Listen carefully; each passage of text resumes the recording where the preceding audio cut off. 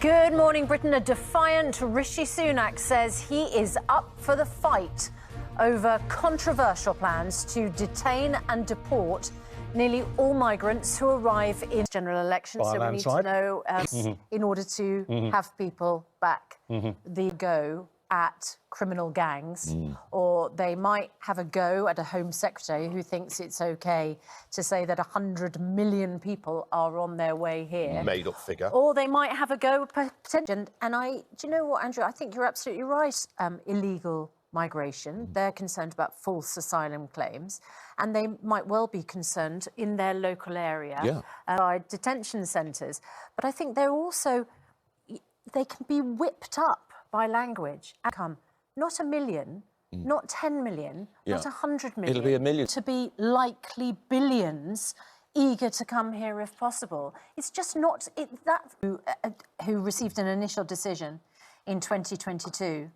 75% resulted in a grant of asylum or humanitarian protection. So making false claims but I think it's absolutely for the birds. But there's 75 different issue, Andrew. That is and about not precedence that is the case. But that civil servants somewhere are just for ease of processing are just saying let's give them asylum. But this will stop it in the then it should. Because the government said Clearly, Rishi Sunak and Suella Braverman have set this up as a legal battle. They go down the courts. And it looks like they're going to face down those who want to apply the European Convention. But that was set up in the wake of World War II, when Nazi Germany did what they did and Stalin did what he did, in order to protect us, individuals, vulnerable individuals, against the power of the state. In compliance. Well, let's see if they throw... Who cares what France and the United Nations think? It's our country.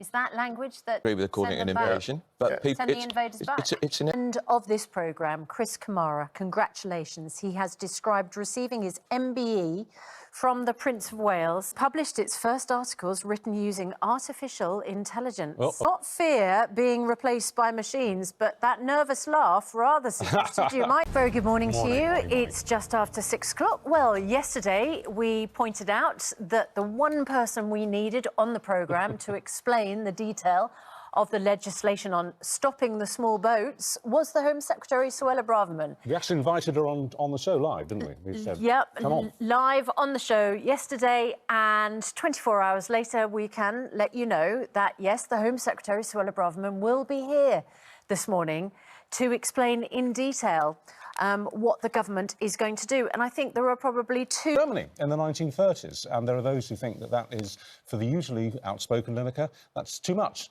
and he needs to go. So we'll be talking about that. We'll actually ask the Home Secretary what she thinks about it. Yeah, and perhaps there is then a middle ground where you may have an issue with illegal migration, but you might also think that it is compassionate and humane and within our obligations under human rights legislation set up in the wake of the Second World War in order to look after people who were displaced because of the actions of their government.